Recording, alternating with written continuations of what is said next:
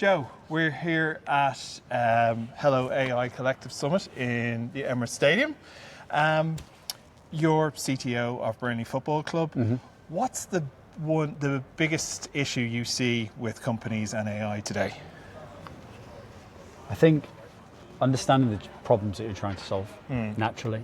I think there's no question about AI's ability in terms of its reasoning, understanding. Sure, there's some hallucinations, but it's a transformative technology. I think the key thing is really trying to map the technology to the business problem. And fundamentally, that's something that hasn't changed since technology's been around. So that, to me, is definitely the biggest thing that we need to be solving. Excellent.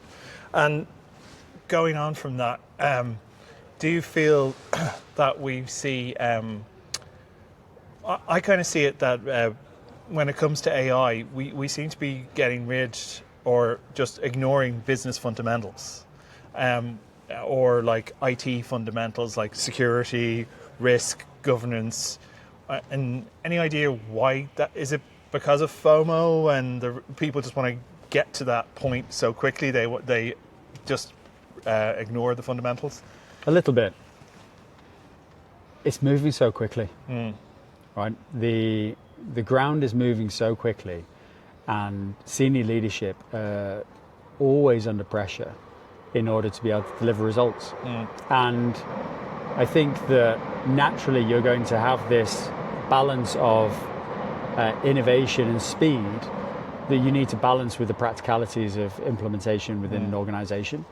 I think there's a natural healthy balance between how that works. Compliance shouldn't be the first thing that businesses always think about. Yeah. They should be thinking about sales and making money and driving revenue. Yeah. So I think what you're seeing at the moment is probably a slightly unhealthy push towards a slightly less regulated approach to it.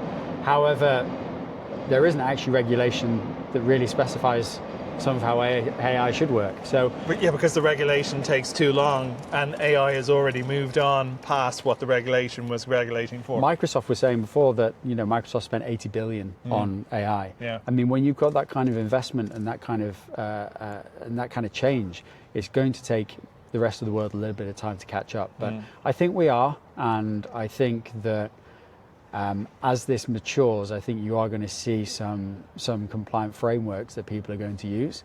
At the same time, I think we might also have to change the way that just businesses operate in general, and just understand that there might be some risks that organizations are going to have to adopt in order to be competitive in the marketplace. Yeah, I was on a previous episode, I was talking to someone and they said the CISO needs to become kind of the enabler of AI within an organization, not the person who's blocking it, and be that innovator within a company. And I think that's a key difference that we're seeing now, is like those are the companies that are going to succeed rather than the ones who put all their roadblocks in place. Just to be clear, the CISO definitely will be saying no a lot. Yes. But let's just say that they say yes 20% of the time. That's enough. They need to be fast and direct about those yeses in order to move things quickly, but they need to be confident about the no's, because you can't just let this run completely rampant. And at the same time, there's benefits to scale in terms of data collection, centralization, that are really going to empower how AI is going to be used in organizations. And getting that right, making sure that there's a clear data strategy, isn't going to necessarily slow down AI. What it's really going to do is really empower it going forwards. So I think there's a balance in terms of the way to approach this. Definitely the enabler, but definitely with some strong guardrails on how things should be used that are tied to revenue growth and tied to ways to empower and grow how AI is used within organizations. Yeah, I think it's that balance, isn't it? It's that you don't go too much in one direction or the other. Or in every direction. Yeah. Exactly, yeah. That's the thing. So when it comes to AI and agentic AI, how does that work within a football club? Well, I mean, we run different pilots, and I wouldn't say that we're absolutely pushing the boundaries of where AI is. We don't have internal dev teams, but what we do is we've run workshops with different departments across the organization to try and find some early some early use cases which feel like they get good adoption. We then measure them back to understand. A really good example would be we've released a HR and a IT chatbot, which most companies do as a good starting point. But what we find is the IT one isn't necessarily being used that much, because my guess is that people are still using ChatGPT personally, right? Or on their phones to get stuff done. Whereas HR chatbot has got unique data that you can't get from outside the organization. So it's really interesting seeing the user behavior. But we've also tried to find different use cases and really tried to use them as kind of spikes to get solutions out there and to test the capabilities of this of Copilot, so that we can understand the adoption before then we jump in by doing large scale investment. And also it's important having a couple of really good successful small pilots in terms of articulating to the rest of the organization, well, we did it here and it worked really, really well. We'd like to try it with your area as well. And I think that gets much better buy-in in terms of the departments. And is it being utilised on the football side of things? Because obviously there's more and more data analytics within football. If I'm a Liverpool supporter, data analytics has been a big thing in how Liverpool have done things over the years. So, is there things like is it involved in scouting or anything like that, or analysing data on that kind of thing? So we are testing some things at the moment, and they've got some interesting results. I won't go too much into the detail of what we're doing, but there are a couple of pilots that we're running in the football side, and it's showing some kind of expected results, but also some slightly exciting things as well. So watch this space. Very good. So your presentation today was very much focused on agentic AI, and I thought the way you presented it, it could have been all doom and gloom when it came to agentic AI, but you were very much of the mindset that that's not the case, that we just need to adapt. But there's a couple of things in there that I wanted to kind of go into a bit more, like the thing about you were saying about burnout by 11 a.m. Like that was not a stat I had heard before, that people are experiencing that, and that we are going to have to adapt the way people work. Yeah, maybe a little bit. I mean, this probably to an extreme, to an extent, but I think that the speed by which these systems can think, and the information that they throw at you in terms of what you're going to have, and the context and the information that you can put in. I mean, naturally, like if it's moving at 100 miles an hour and you have to try and keep up, your brain's going to have to work pretty fast, right? And I think naturally, as I said in the presentation, is it necessarily the way that humans are designed to think in that way, that quickly, for that long? It depends how you use it. And I don't say that as in I think everyone will get burnout, but I think it's important to understand how we work and how we interface with AI to make sure that we're not burning out. I mean, people are already finding, and as I mentioned in the presentation, people are already finding social media, right, too much. So, I mean, this isn't something new that we're having to deal with. No, we already have like digital detoxes and that kind of thing. Right. So I think it's just a continuation of that. But I think rather than just scrolling and seeing something that is more kind of a dopamine, what you're asking it to do is kind of like social media speed, but thinking about reading novels, right? And I think that to me feels like that's where you're going to have to change your mindset and really have some clarity of thought. I know, yeah, because I can even say, if I've put in like a query into one of the AI models, and it's like late at night, and all of a sudden like I've burned through an hour, and like you don't realize how quickly these things go through. So yeah, really, really good. Yeah.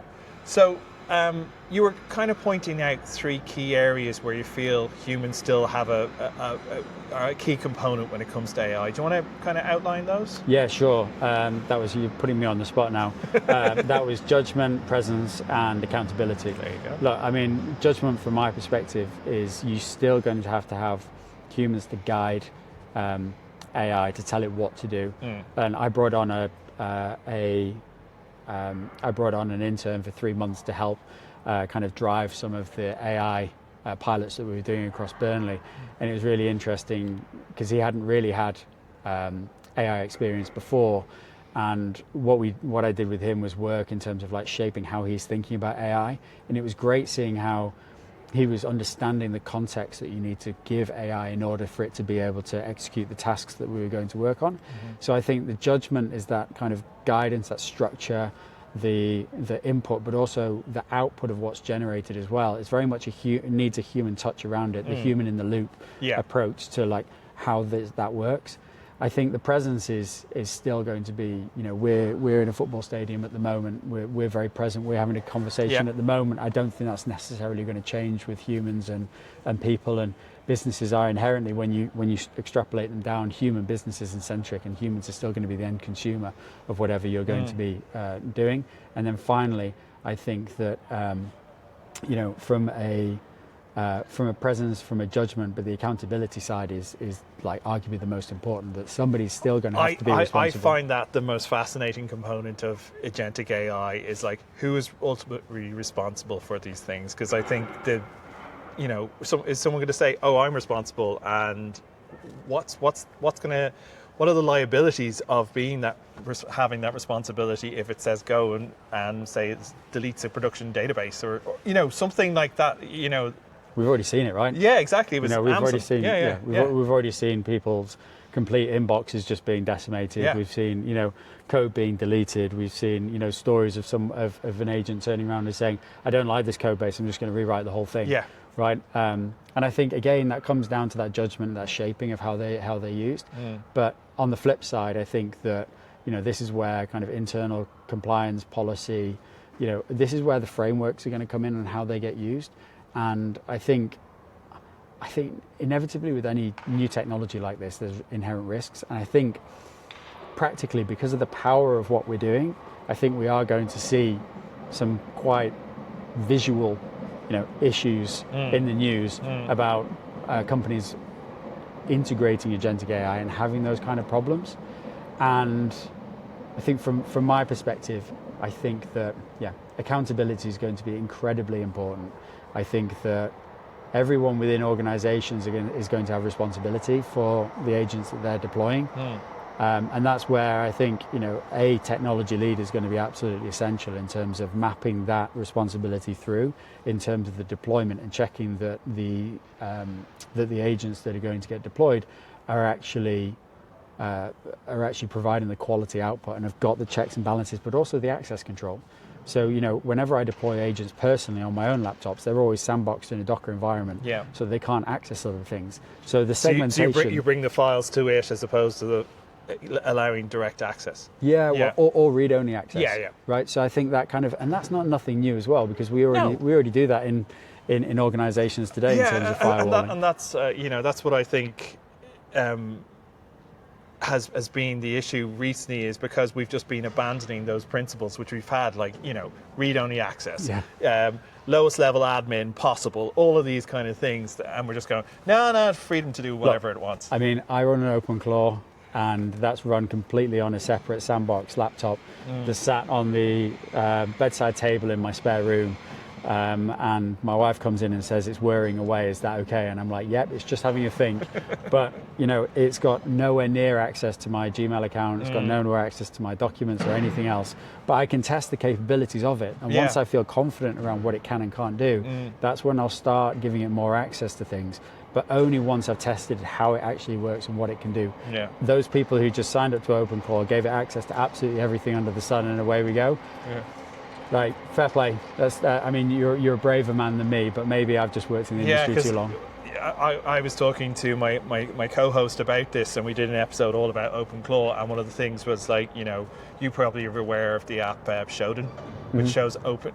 It went up by 300,000 as soon as OpenClaw came, because people were not realizing what they were doing and how open they were. It could be your API key, it could be your credit card, it could be whatever you gave it access to.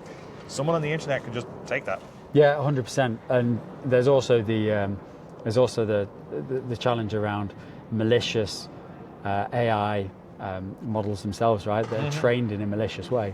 So you've got to be very careful about what you're downloading, what you're using. So again, that whole kind of governance structure around here is fascinating and evolving. Yeah, well, we only have to look at Claude's latest model. They won't even release it because of the capabilities of it. So these models are just getting smarter and smarter and more capable. So the governance... And more local. Yes. Now we were just listening to a session there from Lenovo, and they were talking about local, and I think local is going to be huge, because if you think about what we see at the moment, we see token consumption going through the roof. Yep. Whereas local models eliminates that. Yep. So I think we're going to see a big switch, because, Apart from your electricity bill. But yeah. Yes, exactly. But if you're running it on solar 100%. panels off your roof, you should be okay. 100%. So my point is, like, there's been so many cases of people on Twitter saying, I've burned through my allowance on code, but local models is the way that we kind of counteract against that. And obviously then that helps from an environmental perspective as well, if we're utilizing local models, because you're not utilizing massive capacity in a data center. Yeah, I think, well, I mean, there's probably trade-offs about whether you use the data center or not, exactly, in terms of total compute. Yeah. But using it at home, I mean, I'm lucky enough to have something with 16 gig in VRAM. And so I can run very comfortably 8 billion models. I can kind of run 12 billion. As soon as you get to kind of like the 26 billion, 30 billion, it starts getting a little bit flaky, because you have to run it both in VRAM and on the machine itself. And I'm seeing that, I mean, you get far less reasoning. The models are not as capable. If you wanted to do simple tasks, that's fine. But this is where I think you're going to find this balance where you're going to get very specialized local models that do specific things. Yeah. And that you're probably going to get daisy chain of these models that are going to be able to do different things, rather than one model that's just going to do everything together, if that makes sense. And I think when we reach that stage, I think it's going to be very powerful. But certainly if I use Opus 4.6 versus an 8 billion model, there's a night and day kind of approach to how they operate. Yeah, no, I agree. I think the whole thing about potentially daisy chaining models, that makes real sense. And you pick the model for the task that you need. So if you're asking it, what is the capital of France, you don't use Claude Opus Extended, because that burns so much. I think that's really good. So just to kind of wrap up, in your session, you had 5 kind of key things that people should be doing when it comes to agentic AI. Do you just want to kind of go through those? Yeah, sure. You're putting me on the spot again, just to make sure I remember absolutely everything. One was thinking about bringing in agents in an organic way. I think that's going to be very, very important. I think that from my perspective, I think that thinking kind of breadth and depth to protect that 5% is going to be. This was the fact that you used a stat that 95% of code is being written by AI. Yes. And the 5% is the bit that people have to review and analyze before release. Yeah, absolutely. Yeah. So I think that, look, I mean, let me just try. You know what? You've put me on the spot so much now. I'm actually going to have to get the slide out. No problem. So. This was not part of the assignment. So yeah, follow the outliers. So very much the outliers that we're seeing, or I'm seeing as well. Find your outliers in your industry who are really pushing the boundaries of what's possible. But also look for genuine people who aren't driven by trying to sell you something or pushing a valuation. Somebody who's just genuinely interested in this and how they operate. I think watch for the data, not the technology. Yeah. So I think. Obviously, the technology is now probably at a stage that it's that useful, but often it's the data repositories. The reason why we're getting 95% on coding tasks is because of GitHub and the richness of the data that we have. When those repositories are created in other industries, we're going to see similar kind of changes going forwards as well. And onboarding, don't configure, protect the 5%, and build for cognitive density.